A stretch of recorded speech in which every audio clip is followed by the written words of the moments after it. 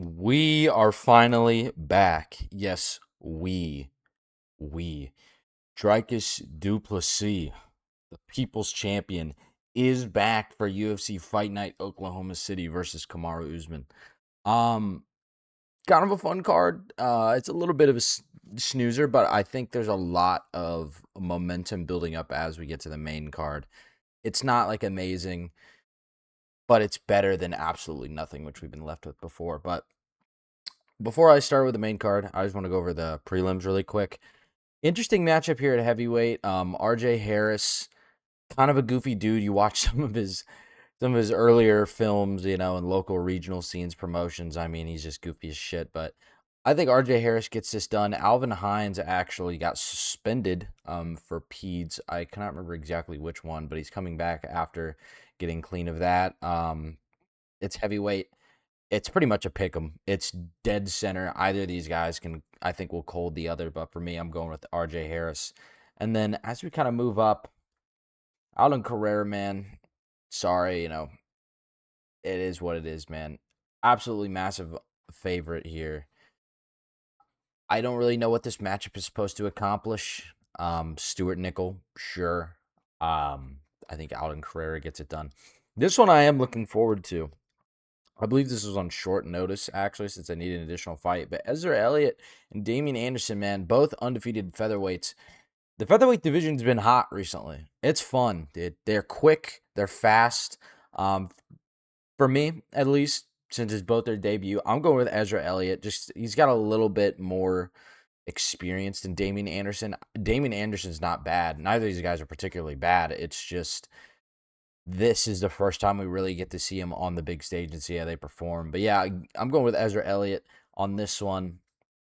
And then after that, I mean, light heavyweight. Hopefully, it's not too bad. I don't really have anything to say here. Levi Rodriguez, of course, small multi-billion-dollar company. No picture because why would they have that? Coming on a debut. Felipe Franco, sure. This fight doesn't really mean anything to me. I'm not gonna sit here and try and fake hardcore my way through this. This one will be pretty interesting. Sekion Ko, Co, I can't pronounce it. Forgive me. Kind of, he's pretty solid. His jiu-jitsu game, his grappling game is pretty good. And I believe John Paul Lebosnoyani, man, I'm gonna get these names right eventually. Coming off a win, both of these guys. This one's gonna be pretty close. I think Sekion Ko, forgive me if I mispronounce that, is going to use his grappling to drag this into the later round. And I don't think he locks in a finish. I think he gets it done via decision. I think his grappling is superior to John Paul. But this one should be fun. I am looking forward to this. And then this one will be, more featherweights, man. Should be heat.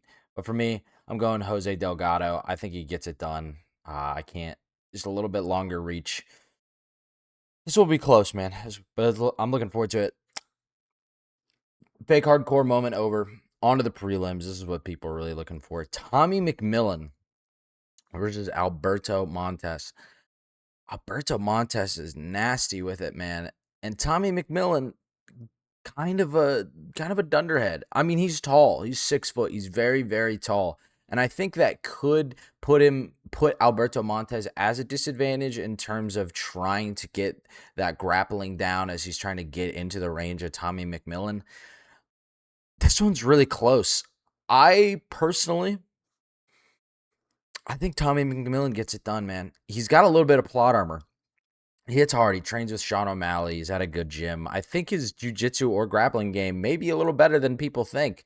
Um, I think, yeah, man. I think Tommy McMillan, I don't think he colds Montes. I think maybe he gets this done via decision. I think there's going to be a decent amount of grappling being challenged. But Alberto Montes is also pretty good on the feet, man. This is mini Tapuria.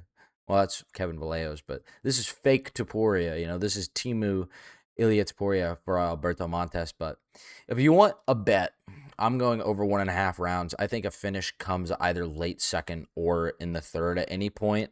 Yeah, I can't confidently choose a side here. I think these guys are both very lethal, but I will be going with Tommy McMillan just for the sake that his range I think will be a problem, and I think we might be a little surprised if he's in some of these grappling exchanges with Alberto Montes. I mean, he used to wrestle in high school. American wrestling is not fantastic. Don't get me wrong; it doesn't work super well in the UFC, but I believe in him. I believe in him. As I say, he's got plot armor. He's got a lot of momentum. And if not, I'm still glad he's here fighting. This is a fun matchup, man. I'm looking forward to this a lot. Moving on, Tabitha Ritchie, Fatima Klein. Just give me Tabitha Ritchie, man. It's just for the culture. For the culture. Fatima Klein is pretty solid, though. This one's going to be tough. I like Tabitha Ritchie. I think she's fun, but she's not that good.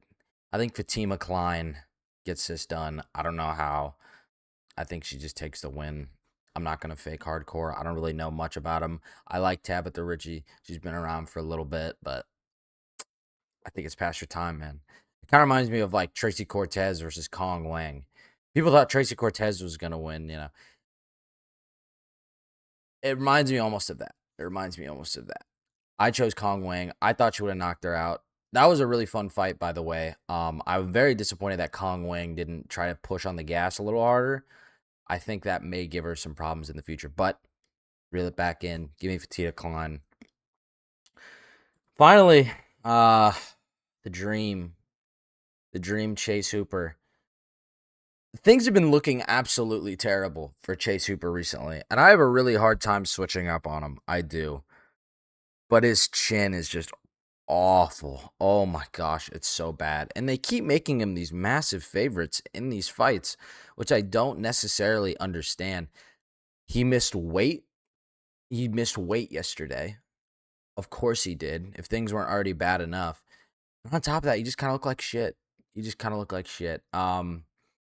God bless you, Chase Hooper, going against Mitch Ramirez. Mitch Ramirez, this is, he's supposed to kind of be a can for some of these higher level talents, but I fear that this is not Chase. That this is not, the peak of prospects. But give me Chase Hooper, though. I think he submits him in the first round. I really think he does. And if he doesn't, live bet Mitch Ramirez. He's going to chin him. But I think Chase Hooper, man, he is deadly with it. I think he realizes that's all he has. The striking is obviously not working. It's gotten him slept twice now. Yeah, give me Chase Hooper by first round submission. If he doesn't get it, I don't think he wins. But if his grappling is pretty solid. If he's able to keep Mitch Ramirez on the ground, dragging him back to the mat, keeping him stuck up in the clinch against the cage, or at least actively working submission threats from any spot, I think Chase Hooper can get it done. But this is scary, man. But give me Chase Hooper, first round submission. I'm going to still ride my boy. Moving on, Jared Cannonier versus Christian Leroy Duncan. Christian Leroy Duncan's been looking good. And Jared Cannonier is just old. God bless him. I think he's 41. I could be wrong. He's been around for a hot minute. He's 42, yeah. And if you take a look at the record, I mean, yeah. Decision. Got the knockout against Gregory Rodriguez, which is pretty huge. Decision. Gets knocked out. Decision. It's going to be tough. It's going to be tough for him. Father Time stays undefeated, and I think this is going to be really hard for him. I think Christian Leroy Duncan knocks him out in the second round. I really do. It's sad to say. I like Jared Cannonier. If my co-host was here, Frank, he would tell you the exact same thing. He's also a big fan of Jared Cannonier, but I think Christian Leroy Duncan gets the knockout. A lot of people think he's going to be doing some crazy spinning elbow back, like possibly. But I think Christian Leroy Duncan either hits him with the check hook or he hits him just with a straight, a 1-2, sits Jared Cannonier down, gets a little follow-up, taps him up after, gets the stoppage. So give me Christian Leroy Duncan being knockout in the second round. I think is when he gets it done. And finally, what we've all been waiting for, the real African champ, Dricus Du Plessis versus Kamaru Usman.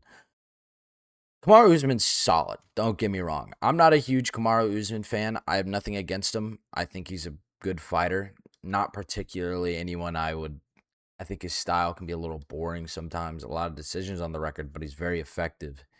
in his grappling. I mean, he, took Khamzat Chimaev to a decision. But you know who else did? Sean Strickland. And you know who beat Sean Strickland twice? Dricus. Dricus. But MMA math does not work. The sport is crazy. It does not work. Anything can happen. But Dricus has been gone for a year. Almost a year now. He's been training.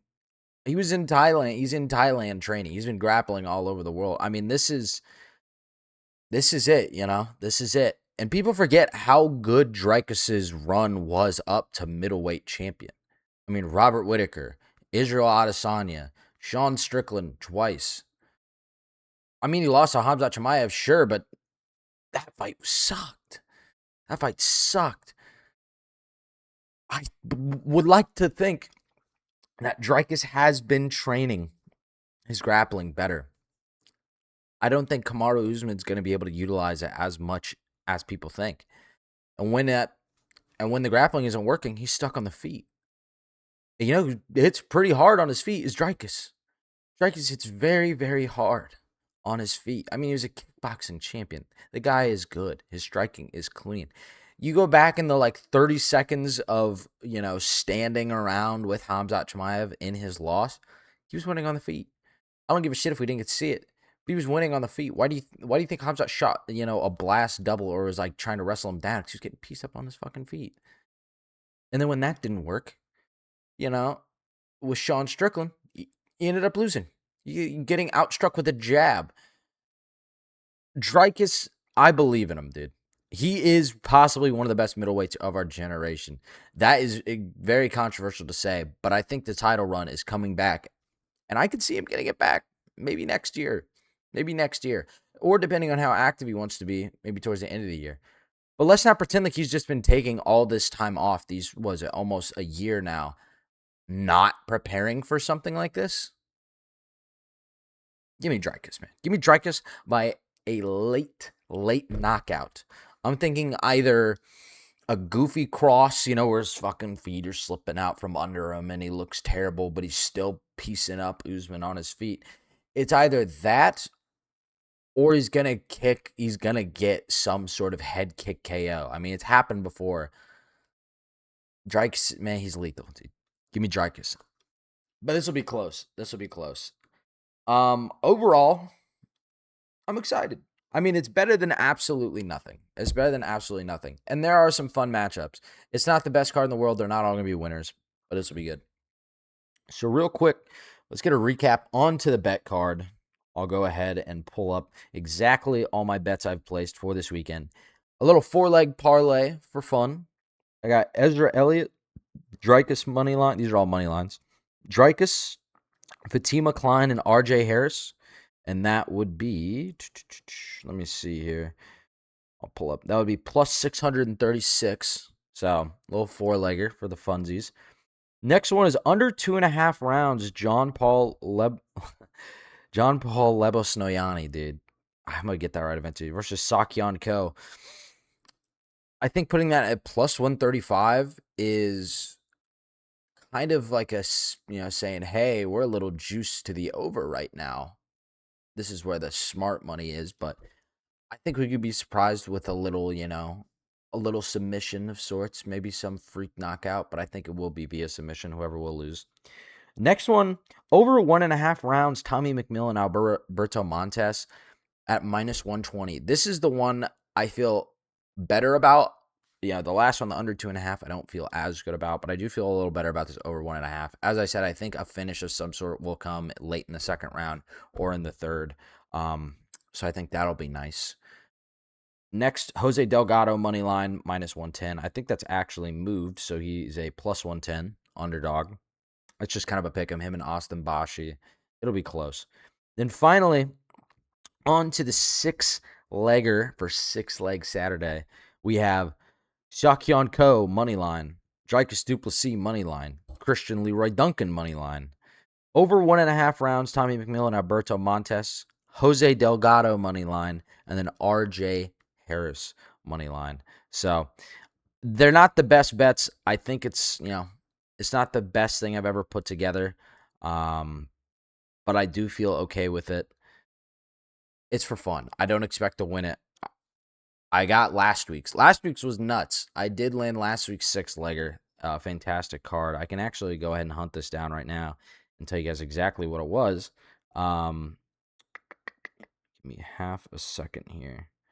So we had, if I can pull it up, maybe not. I thought I sent it in the group chat somewhere. Ah, here it is. Oh, never mind. 1 second. I always hate how long this takes. I love how I pulled up the photo. Ah, here it is. So yeah, last weekend we had Alessandra Costa, Damian Pinas, Luke Riley, Mario Batista, Patty Pimblett, Robert Whitaker, and I believe that was plus 2,600. That hit. That was absolutely electric. Yeah, they put some of these pick'ems like at a plus 110. Patty Pimblett being at a plus 110 was nuts. I don't know why anyone would have ever done that. But that's fine. Coming back to this week though. Moving on, we have Dricus Du Plessis via KO plus 205. Chase Hooper by submission in round 1. This is what I was kind of telling you. I think this is where he gets it done. Plus 350. The next, we have Dricus Du Plessis by knockout over 2.5 rounds. And then the last little 2-legger I had just for funsies was Ezra Elliott and Sakyonko.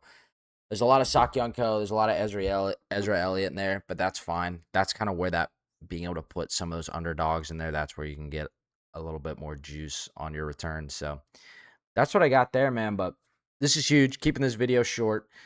Let's have some fun. This will be good. We're gonna see the Dricus title run start again. He's gonna get the call out, and I hope he gets a rematch after Imavov. I believe they're working on Imavov Strickland. I could be wrong. There's just so much going on in terms of the MMA world, but hopefully that's a fight that's being made. Then after that, we're able to get Dricus versus Sean or whoever's still champ. I'm still gonna pick Sean Strickland against Imavov. It's hard to. It's unreal. It's unreal how he keeps doing it. So, like, subscribe, tune in, comment, do whatever you want, share. We appreciate it. I appreciate it. We'll get back into the groove hopefully soon. Frank is studying for some exams right now, so he's going to be busy for the next month or so. But I'll try to keep active on here, do as much as I can. I need to be a little more disciplined, but let's have some fun, man. Let's make some money. And yeah, that's it. We'll see you guys in the next video.